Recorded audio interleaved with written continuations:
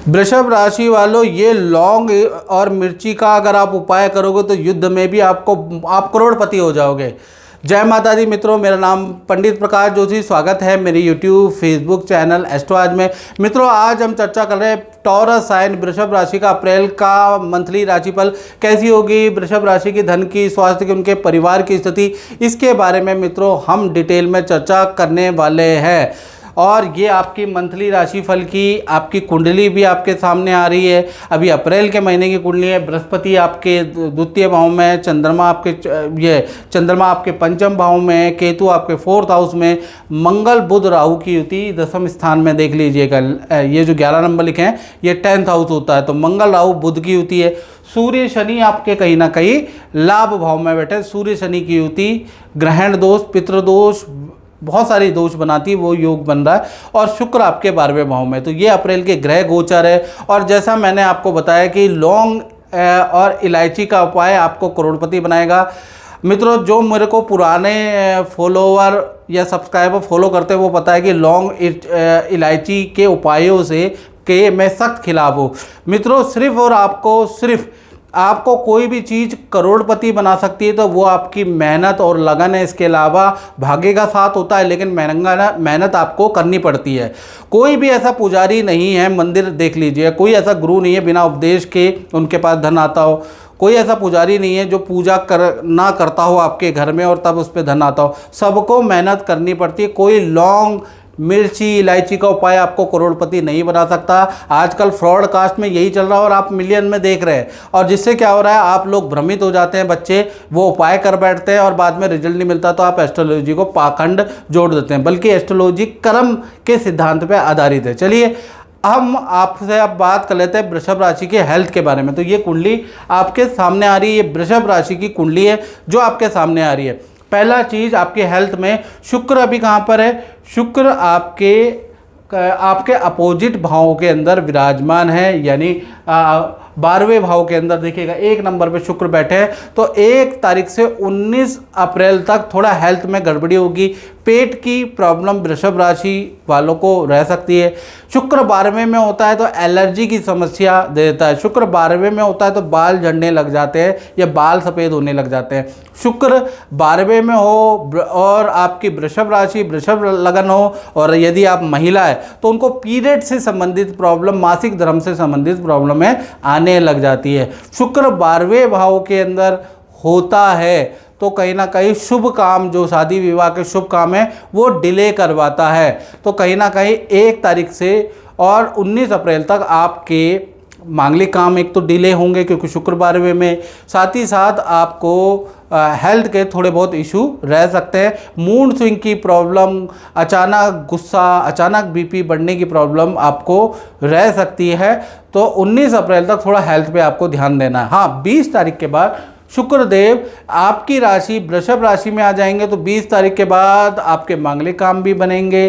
परिवार से में कोई खुशखबरी भी आपको मिलेगी। हेल्थ भी फिट एंड फाइन बल्ले बल्ले हो जाएगी। लेकिन जब शुक्र अपनी ही राशि में जाएंगे, वो कब जाएंगे? 20 अप्रैल के बाद। बात कर लेते हैं आपके धन की स्थिति के बारे में। तो धन भाव के में तो बृहस्पति विराजमान है।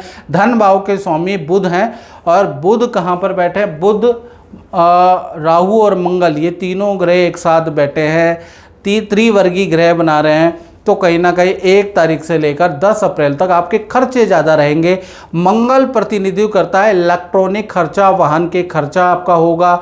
बुध आपकी कोई डील कैंसिल होगी, उनका धन आपको लौटाना पड़ सकता है, तो बुध उसका प्रतिनिधित्व करता है। राहु अचानक कोई इन्वेस्टमेंट, कोई शेयर में आपको नुकसान हो सकता है, उसके योग आपके नज़र आ रहे हैं। तो कुल मिला के 10 अप्रैल तक आपको शेयर आदि में इन्वेस्टमेंट नहीं करनी चाहिए। बाकी आपके खर्चे 10 अप्रैल तक ज़्यादा बढ़ रहे हैं, याद रखिएगा। हाँ, 11 तारीख से बुध यहाँ से निकल के मीन राशि में आ जाएंगे। तो जैसे ही यहाँ आ जाएंगे तो धन का आपको लाभ होगा। धन का कहीं ना कहीं देखा जाए, जैसे ही मीन राशि में आएंगे तो 3 बड़े धन के लाभ वृषभ राशि को होते हुए नजर आएंगे। पहला, अचानक कोई डील बनेगी, उससे आपको धन का लाभ होगा। बुध लाभ भाव में बैठता है तो शेयर से भी या किसी इन्वेस्टमेंट से भी लाभ देता है। बुध जब भी लाभ भाव में बैठता है तो अचानक कोई व्यक्ति आता है और आपको वो ऑर्डर देता है और अच्छा खासा ऑर्डर देता है। बस आपको मीटिंग करनी होती है। कोई भी व्यक्ति अगर आपसे कॉल पे संपर्क करे 10 अप्रैल के बाद और काम के बारे में पूछे तो उसको बैठा के समझाएंगे तो आपको बहुत अच्छा लाभ मिलेगा। तो 11 अप्रैल से लेकर और 30 अप्रैल में जब बुध लाभ भाव में हो तो अपने काम अपना फ़ोन ऑफ ना करें। कुछ लोग फ़ोन ही नहीं उठाते हैं तो उन पे काम आएगा ही नहीं। तो ऐसी स्थिति में आपको क्या करना है, लोगों के अधिक से अधिक फ़ोन उठाने, लोगों से बात करनी है। कोई मिलने आए, कोई मिलने बुलाए तो जाना है। आपकी मैक्सिमम डील क्रैक होगी और अच्छा धन का लाभ आपको 10 तारीख के बाद होता हुआ नजर आएगा। तो 10 तारीख के बाद आपको किसी सरकारी योजना का या माता पिता से कोई धन का लाभ होता हुआ नजर आ रहा है, एक्स्ट्रा इनकम, शेयर से इनकम, यानी 3-4 जगह से आपको धन का लाभ होता हुआ नजर आ रहा है। तो 10 तारीख के बाद तो भाई आपकी बल्ले बल्ले बहुत बढ़िया है।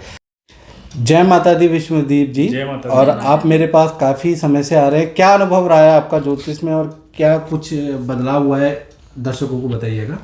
जी पंडित जी, मेरे जीवन में बहुत बदलाव हुआ है आपके पास आने के बाद। मैं 2008 से 7 से आपके पास आ रहा हूँ, 7 या 8 से। तो जब आपने जो कहा वो बातें बिल्कुल सटीक बैठी मेरे लिए। जी।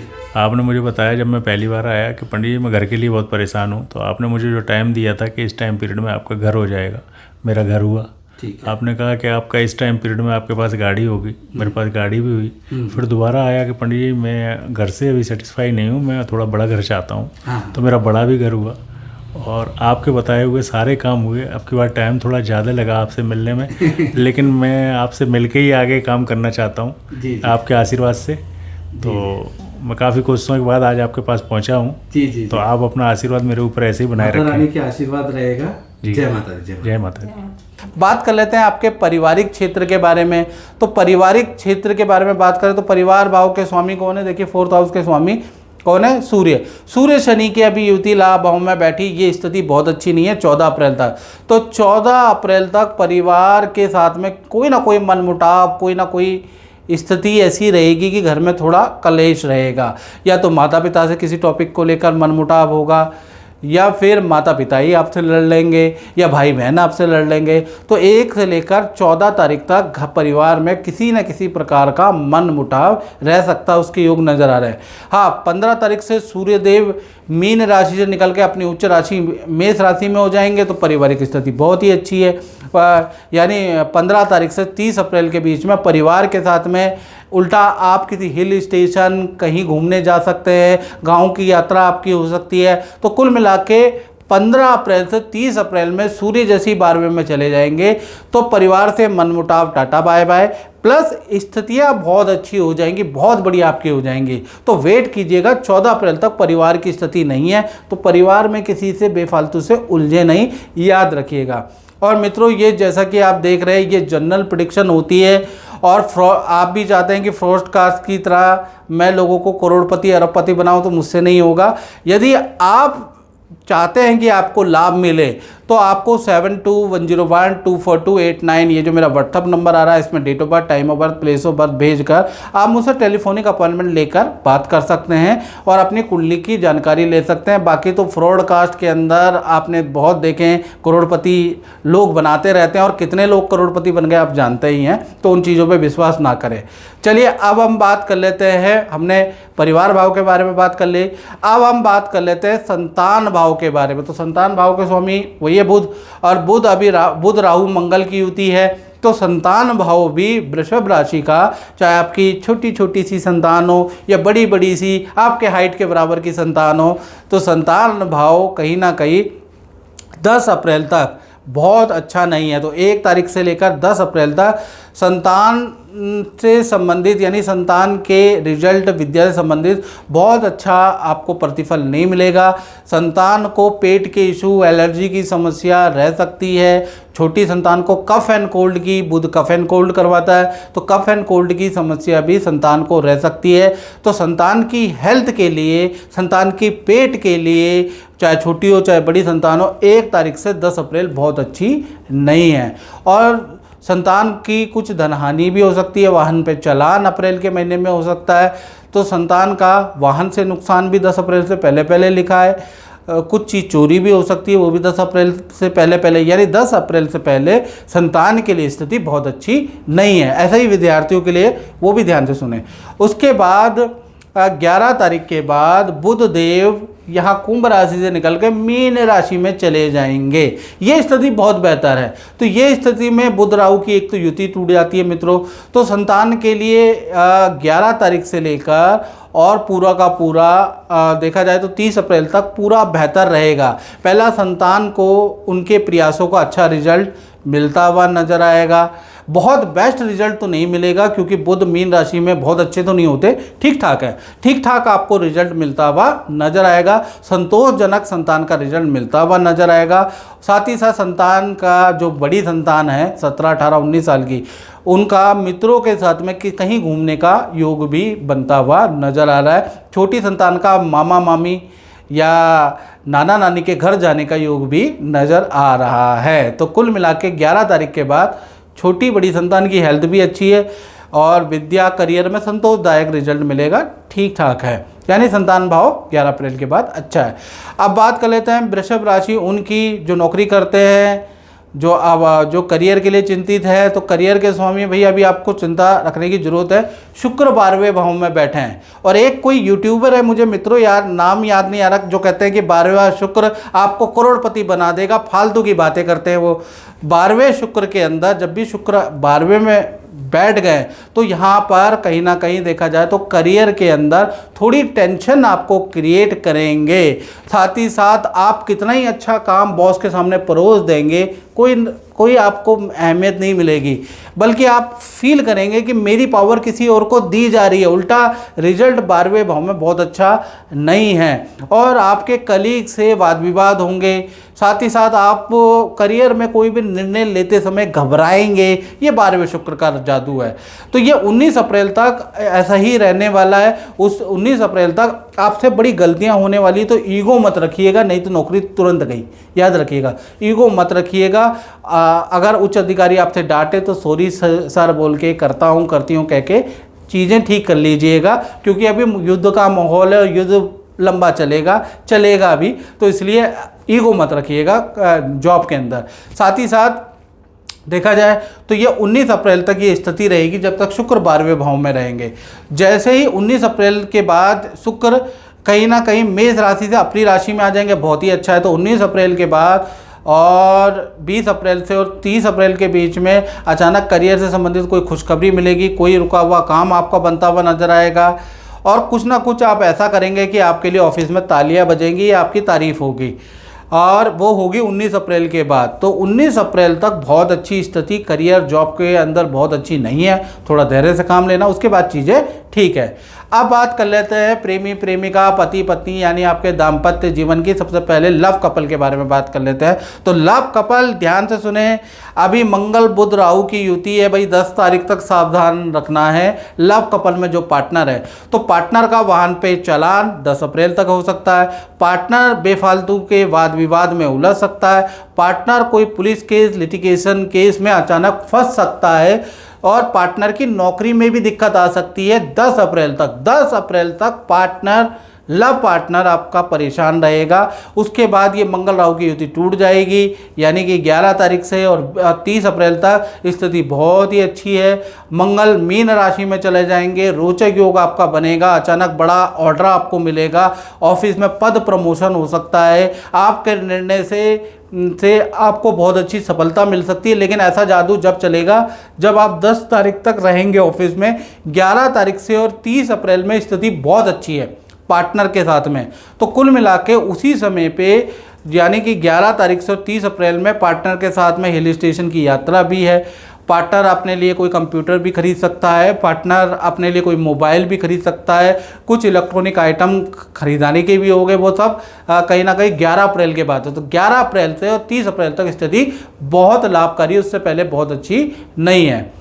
बात कर लेते हैं पति पत्नी के बारे में। तो पति पत्नी के बारे में बात करें तो इनके थोड़े दिन कम घट जाते हैं, यानी 1 तारीख से लेकर और 7 अप्रैल तक स्थिति खराब है। पार्टनर को बात बात में गुस्सा आएगा, पार्टनर आपसे लड़ेगा भी, 1 आध 2 बहसें भी 7 अप्रैल तक परिवार के रिलेशन को लेकर, जिम्मेदारी कर्तव्यों को लेकर पार्टनर से आपकी होगी तू मैं 1 से लेकर 7 अप्रैल में। और पार्टनर का वाहन में कुछ खर्चा आ सकता है, पार्टनर की कोई चीज़ खराब हो सकती है, उसके योग भी नज़र आ रहे हैं। और पार्टनर को पीरियड से संबंधित इशू भी या एलर्जी की समस्या भी पार्टनर को 7 अप्रैल तक रह सकती है। तो 7 अप्रैल तक भाई पति पत्नी में जो आपके पार्टनर उनसे उलझना नहीं, 7 अप्रैल तक उनके ग्रह खराब है। उसके बाद 8 तारीख के बाद से सिचुएशन ठीक है। 8 से 30 अप्रैल में मंगल वैसे ही मीन राशि में आ जाएंगे, तो यहाँ के बाद पार्टनर से रिलेशन अच्छा है, पार्टनर की जो हेल्थ की इशू थे वो भी सॉल्व हो रहे हैं, पार्टनर बेफालतू में जो बात में गुस्सा आ रहा था वो भी चीज़ें ठीक होती हुई नज़र आ रही है। कुल मिला के पार्टनर के करियर में भी उनको अच्छी सेल होती हुई नज़र आएगी। तो ये सब होने वाला 8 अप्रैल से 30 अप्रैल के बीच में, यानी 8 अप्रैल से स्थितियाँ ठीक रहने वाली है।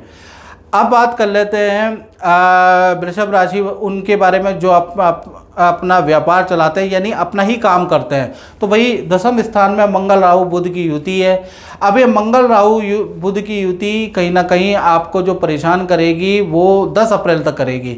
तो 1 तारीख से 10 अप्रैल तक आपके अनवांटेड खर्चे बहुत ज़्यादा होंगे।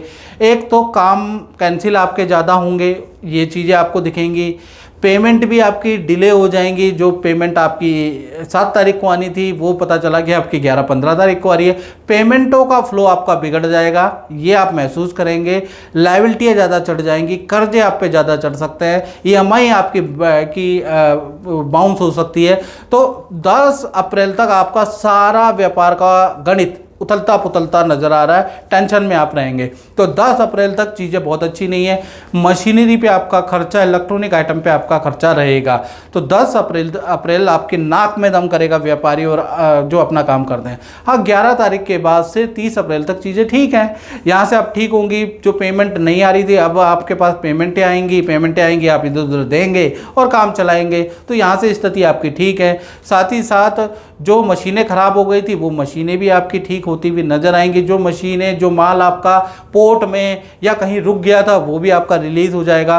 तो कुल मिला के जो भी समस्या आपकी चल रही है वो आपकी 11 से 30 अप्रैल में सॉल्व होती हुई नजर आएगी। तो कुल मिला के देखा जाए तो 11 तारीख के बाद चीज़ें ठीक है। तो मित्रों, इस कार्यक्रम में इतना ही। मुझे दीजिए इजाज़त। जय माता दी।